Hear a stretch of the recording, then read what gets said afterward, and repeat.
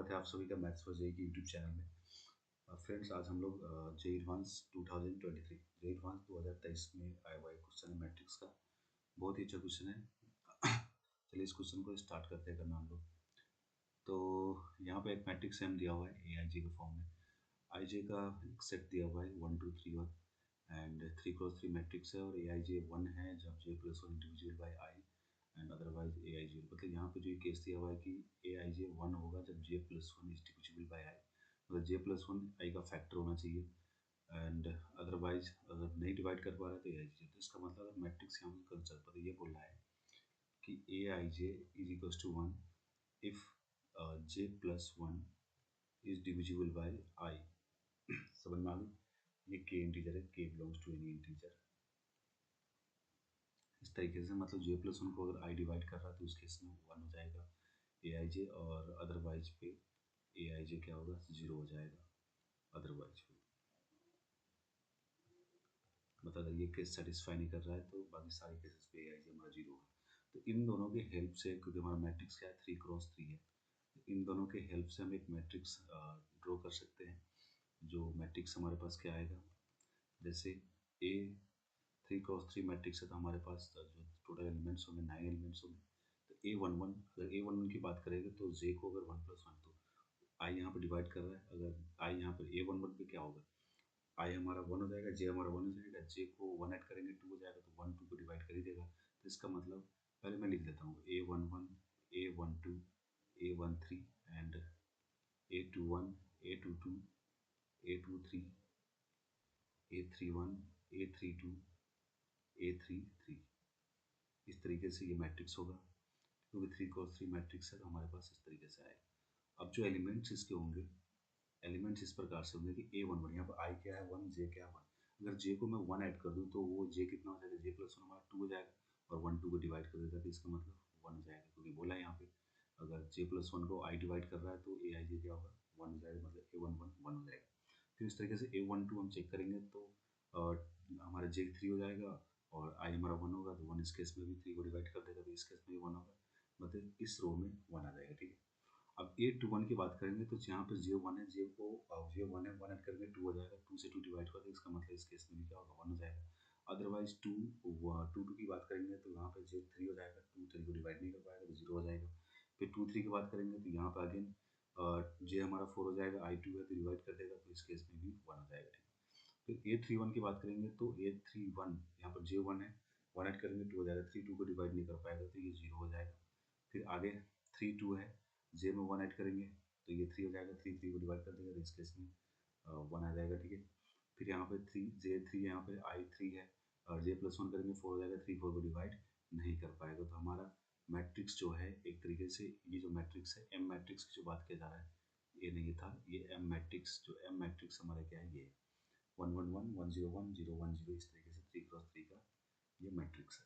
अब इस मैट्रिक्स का यूज करते हुए हमें इन चारों ऑप्शन को चेक करना है कि कौन सा ऑप्शन क्या है सही है। पहला ऑप्शन पूछा है कि एम इज इन्वर्टिबल। अगर एम इन्वर्टिबल है तो इसका मतलब इसका जो डिटर्मिनेंट होना चाहिए, एम का जो डिटर्मिनेंट होना चाहिए वो क्या होना चाहिए, नॉन जीरो होना चाहिए। चलिए चेक करते हैं एम का डिटर्मिनेंट कितना आ रहा है। तो पहले हम लिख लेते हैं एम मैट्रिक्स को। एम मैट्रिक्स हमारा 1 1 1 एंड 1 0 1 0 1 0, ये हमारा मैट्रिक्स है एम। एक बार चेक कर लेता हूँ मैं, 1 1 1 1 0 1 एंड 0 1 0। ठीक है, अब इसका डिटरमिनेंट एम अगर मैं निकालूँ यहाँ पे तो ध्यान से देखिएगा, अगर मैं इस रो वाइज में चलूँ तो इसका मतलब -1, ये क्या 0 1 0 तो हो जाएगा, -1 ही हो जाएगा, फिर ये तो 0 ही हो जाएगा, फिर आगे -1 ही आएगा, इसके लिए क्या हो जाएगा 1 -0, तो यहाँ पे अगेन ये क्या हो जाएगा 1 आ जाएगा। ठीक है, ये तो 1 हो जाएगा, -1 यहाँ पे 0 हो जाएगा, तो डिटरमिनेंट एम हमारे पास आ रहा है 0। तो किसी भी मैट्रिक्स का डिटरमिनेंट अगर 0 आ रहा है तो इसका मतलब मैट्रिक्स क्या हो जाएगा, सिंगुलर हो जाएगा। क्या होगा, सिंगुलर मैट्रिक्स। ये क्या हो जाएगा, सिंगुलर मैट्रिक्स। तो सिंगुलर मैट्रिक्स का डिटरमिनेंट ऑलवेज 0 होता है, और डिटरमिनेंट 0 हो गया तो इसका मतलब क्या हो गया, ये मैट्रिक्स इनवर्टिबल नहीं है, तो इसका मतलब ऑप्शन ए क्या इनकरेक्ट हो गया। ठीक है, तो ये ए ऑप्शन हमने चेक किया। अब बी ऑप्शन पे आते हैं, ये इनकरेक्ट है ऑप्शन, ये क्या है इनकरेक्ट है, क्योंकि सिंगुलर मैट्रिक्स आ रहा है तो इसका मतलब क्या हो जाएगा, ये नॉन इन्वर्टिबल हो जाएगा ये। ठीक है, क्या हो जाएगा, नॉन इन्वर्टिबल। ठीक है, अब बी ऑप्शन को चेक करेंगे हम लोग। बी ऑप्शन क्या बोल रहा है कि ये मैट्रिक्स है A1 A2 A3 column matrix. अगर मैं एम मैट्रिक्स को इससे मल्टीप्लाई करता हूँ तो वो -A1 -A2 इस तरीके का इक्वेशन बनेगा। तो बोल रहा है कि exist non zero column matrix, मतलब ऐसा A1 A2 A3 का वैल्यू आएगा, एग्जिस्ट करेगा A1 A2 A3 की वैल्यू, जिसके लिए ये इक्वेशन सेटिस्फाई। तो मैं इस इक्वेशन को सोल्व करता हूँ। तो हमारे पास m multiplied by A1 A2 A3 this is equals to क्या दिया है, -A1 -A2 -A1 -A2 -A3। ये इक्वेशन है। मतलब अगर इस एम मैट्रिक्स को इस कॉलम मैट्रिक्स से मल्टीप्लाई करते तो इस तरीके का रिजल्ट आएगा। मतलब हमारे पास A1 A2 A3 का कुछ ना कुछ वैल्यू सोल्व होके आएगा। ठीक है, तो एम मैट्रिक्स हमारा यही है, इसको लिख देते हैं एम की जगह पे 1 1 1 1 0 1 0 1 0। अब यहाँ पे A1 A2 3 ऐसे A1 A2 A3 लिख दिया। ये हमारे पास इक्वेशन है, matrix equation -A1 -A2 -A3। अब LHS को ध्यान से इसको सोल्व करें तो क्या होगा, ऊपर वाले में हमारे पास क्या आ जाएगा, A1 + A2 + A3। नीचे वाले क्या होगा, A1, क्योंकि A2 से मल्टीप्लाई करेंगे 0 हो जाएगा, तो हमारे पास A1 + A3 बचेगा। लास्ट वाले स्टेप में बस हमारे पास A2 बच जाएगा, क्योंकि A1 × 0 0 हो जाएगा, A3 × 0 ये आ जाएगा। दिस इज इक्वल्स टू ये आ जाएगा -A1 -A2 -A3। अब दोनों मैट्रिक्स सेम है, तो इसका मतलब यहाँ से क्लियर दिख रहा है कि A2 ये इसके इक्वल हो जाएगा, ये इसके इक्वल हो जाएगा और ये इसके इक्वल हो जाएगा। तो यहाँ से हमारे पास 3 इक्वेशन आ रहा है, तीनों को मैं लिख लेता हूँ। A1 + A2 + A3 is equals to -A1। यहाँ पे क्या है, A1 + A3 equals to -A2। और लास्ट वाला जो हमारे पास केस आ रहा है, हमारे पास A2 इक्वल्स टू -A3। तो यहाँ से अगर मैं इसको सोल्व करूँ, इस वाले पहले वाले इक्वेशन को सोल्व करूँ, तो यहाँ से हमारे पास रिजल्ट क्या आएगा, 2A1 + A2 + A3 equals to 0। And यहाँ से आ जाएगा A1 + A2 + A3 equals to 0। And यहाँ से A2 + A3 इक्वल्स टू 0। यहाँ से एक चीज़ हो सकता है कि A2 + A3 अगर 0 दिया हुआ है, तो यहाँ पे अगर हम देखें ध्यान से, A2 + A3 की वैल्यू अगर यहाँ 0 पुट करें तो A1 हमारे पास कंफर्म क्या आ जाएगा, 0।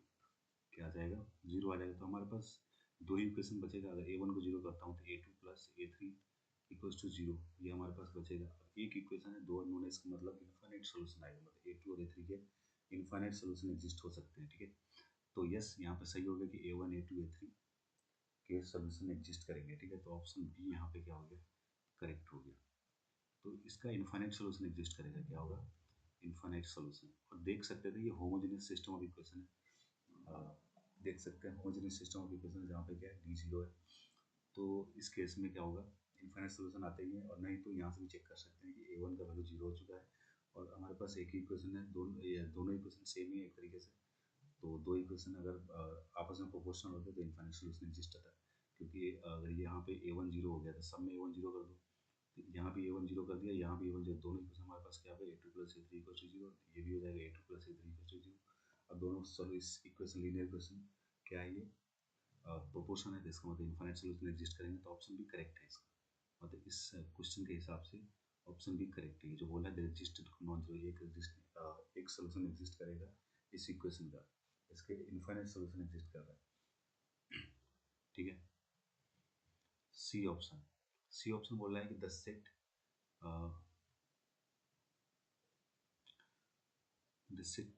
एक सेकेंड, ये ऑप्शन बी था। ऑप्शन सी पे हम लोग आते हैं। ठीक है, ऑप्शन सी पे, ऑप्शन सी पे हम लोग आते हैं। बी ऑप्शन करेक्ट था, ध्यान में रखना है। यहाँ पर सेट दिया है कि mx इक्वल्स टू 0 है, द सेट वेयर 0, मतलब ये इक्वेशन सेटिस्फाई होगा। मतलब mx इक्वल टू 0 अगर मैं सोल्व करूँगा तो हमारे पास x के वैल्यू जाएंगे, मतलब x की वैल्यू एग्जिस्ट करते हैं, उसको चेक कर लेते हैं। Generally mx equals to O matrix, इसका मतलब m हमारे पास तो पता ही है, 1 1 1 एंड 1 0 1 0 1 0। x हमारे क्या होता है, x y जो होता है column matrix x y z is equals to 0। यहाँ से हम अगर सोल्व करेंगे तो हमारे पास इक्वेशन क्या आएगा, सोल्व आउट हो गया। हमारे पास इक्वेशन आ जाएगा x + y + z equals to 0 and x + z equals to 0 and the last one is z equals to 0। ये हमारे पास इक्वेशन आ जाएगा। अब इसमें यहाँ से देखेंगे तो इस सिस्टम ऑफ इक्वेशन को हमें सोल्व करना है। तो इस सिस्टम ऑफ इक्वेशन के सोल्यूशन तभी एग्जिस्ट कर पाएंगे जब इनका क्या होगा, जब इनका डिटरमिनेंट क्या होगा, डेल्टा मतलब जीरो होना चाहिए, डेल्टा नॉन जीरो नहीं होना चाहिए, ठीक है। तो डेल्टा अगर यहाँ पर निकालेंगे हम, डेल्टा अगर निकालने जाएंगे इसके इस प्रकार से, तो डेल्टा इसका क्या आएगा, जीरो आ जाएगा। क्या आएगा, डेल्टा जीरो आ जाएगा। तो डेल्टा जीरो आएगा, इसका मतलब क्या हो गया, अगर डेल्टा जीरो आ गया, यहाँ पर निकालेंगे इसका डिटरमिनेंट, अगर निकालेंगे तो यही बहुत डिटरमिनेंट आएगा, एम के जैसा ही डिटरमिनेंट आएगा इसका। तो इसका डिटरमिनेंट अगर हम निकालेंगे, डेल्टा क्या हो रहा है, जीरो हो रहा है। तो इस केस में अगर डेल्टा जीरो हो रहा है, अगर इस केस में डेल्टा जीरो हो रहा है, और हम बोल सकते हैं इसके इन्फाइनाइट सोल्यूशन आएगा। क्या आएगा, इन्फाइनाइट सोल्यूशन आएगा, ठीक है। इसको अगर मैं मैट्रिक्स फॉर्म में लिखूँ इस वाले को, इस सिस्टम ऑफ इक्वेशन को सोल्व करने के लिए, ये सिस्टम ऑफ इक्वेशन को सोल्व करने के लिए, तो हमारे पास जो डेल्टा आएगा वो क्या आएगा, जीरो आएगा। तो डेल्टा अगर जीरो आएगा, क्योंकि यहाँ पर तो del X del Y del Z जो हम निकालेंगे वो सारे केस में क्या आएगा, जीरो बाई जीरो आएगा, तो इन्फाइनाइट सोल्यूशन आएगा। क्या आएगा, क्योंकि डी वाला कॉलम पूरा जीरो है, तो del X del Y del Z सब जीरो हो जाएगा। तो उस केस में डेल्टा जीरो होना पड़ेगा। अगर डेल्टा जीरो नहीं होगा तो फिर सोल्यूशन एग्जिस्ट नहीं करेगा। तो डेल्टा जीरो हो रहा है, तो ये केस हमको याद होना चाहिए, ये वाला केस किसका, इन्फाइनाइट सोल्यूशन का। तो ये सी ऑप्शन भी क्या है इसका करेक्ट है, ठीक है। D option m minus two Y is invertible. तो m minus two Y matrix को चेक कर लेते हैं कि इन्वर्टिबल है कि नहीं। तो m माइनस टू वाई, तो ये m है, m माइनस टू वाई निकाल लेते हैं। हमारे पास m क्या है, one one one one zero one zero one zero. अब माइनस टू आई कर रहे हैं, ये आइडेंटिटी मैट्रिक्स है आई थ्री क्रॉस थ्री का, तो क्या होगा, two zero zero zero two zero zero zero two, ये हमारे पास आ जाएगा। अब इसका सोल्व करेंगे हम, कितना आएगा, minus one one one and this is one minus two one and one, ये तो जीरो ही हो जाएगा, वन एंड माइनस टू। अब इसका डिटरमिनेंट हम अगर निकालें तो डिटरमिनेंट क्या आएगा, minus one into this four minus one three हो जाएगा, ये माइनस वन, ये रो ये कॉलम में माइनस टू आ जाएगा यहाँ पे, एंड प्लस वन, यहाँ से ये जाएगा वन वन ही आएगा यहाँ। यहाँ देखेंगे ये माइनस थ्री हो गया, ये प्लस टू हो गया, ये प्लस वन, तो टोटल मिला के जीरो आ गया। इसका मतलब m माइनस टू वाई का डिटरमिनेंट हमारा क्या हो रहा है, जीरो हो रहा है। तो मुझे पता है कि जिस मैट्रिक्स का डिटरमिनेंट जीरो होता है वो मैट्रिक्स इन्वर्टिबल नहीं होता, मतलब ये क्या हो गया, सिंगुलर मैट्रिक्स हो गया। ये हमारा क्या हो गया, सिंगुलर मैट्रिक्स हो गया। और सिंगुलर मैट्रिक्स का डिटरमिनेंट क्या होता है, जीरो होता है, और फंक्शन वो सॉरी वो डिटरमिनेंट वो मैट्रिक्स क्या हो जाएगा, नॉन इन्वर्टिबल हो जाएगा। क्या होगा, नॉन इन्वर्टिबल। और ऑप्शन डी हमारा क्या बोला कि इन्वर्टिबल है, तो इसका मतलब ये इनकरेक्ट हो जाएगा। तो हमारे पास दो ऑप्शन करेक्ट हो गए। दो ऑप्शन करेक्ट क्या हो गया, दो ऑप्शन करेक्ट क्या हो गया हमारा, बी और सी ऑप्शन हमारा क्या है, करेक्ट है। बात समझ में आ गया, बी और सी ऑप्शन हमारा क्या है, करेक्ट। ये बी और सी हमारा दोनों क्या है, करेक्ट। तो बहुत ही शानदार क्वेश्चन था डिटरमिनेंट मैट्रिक्स पे। तो जो बच्चा अगर जेईई की तैयारी कर रहा है तो वो उनके लिए बहुत अच्छा होगा। कि क्या होता है ना कि जेईई एडवांस का क्वेश्चन आप एक दो मतलब जिस टॉपिक से भी है पाँच छः क्वेश्चन कर लेते हो तो आपका पूरा का पूरा टॉपिक रिवाइज हो जाता है, ठीक है। तो ये फायदा होता है जेईई एडवांस को करने से, जेईई एडवांस के पीवाई को करने से, अगर जेईई मेन की प्रिपरेशन कर रहे हैं तो, ठीक है। और साथ ही में एक अनाउंसमेंट है, हम लोग 24 मार्च से लेके 1 अप्रैल के बीच में नया सेशन शुरू करने जा रहा हूँ 12th क्लास के लिए और 10th क्लास के लिए, ठीक है। तो जो दिल्ली में रहते हैं या फिर दिल्ली से बाहर रहते हैं, दिल्ली से बाहर वाले के लिए ऑनलाइन क्लास अवेलेबल है, और दिल्ली में जो रह रहे हैं उनके लिए ऑफलाइन क्लासेज और ऑनलाइन क्लासेज दोनों अवेलेबल है। ये आपका जो है बुरारी संत नगर में ये कोचिंग है, आप ज्वाइन कर सकते हो, ब्राइट कैरियर इंस्टीट्यूट के नाम से, ठीक है। तो आपको कोई भी इंक्वायरी चाहिए तो आप कमेंट करें, आपको हम कॉन्टैक्ट नंबर डिटेल्स सब दे देंगे, आप ज्वाइन कर सकते हो, ठीक है। तो चलिए, ये क्वेश्चन आपको समझ में आ गया होगा और अच्छे तरीके से समझ में आ गया, क्वेश्चन ठीक ठाक लगा हो तो आप अपने फ्रेंड्स में शेयर करें। और मिलते हैं नए क्वेश्चन में, नए वीडियो में नए क्वेश्चन के साथ। तब तक के लिए बाय, थैंक यू, जय हिंद।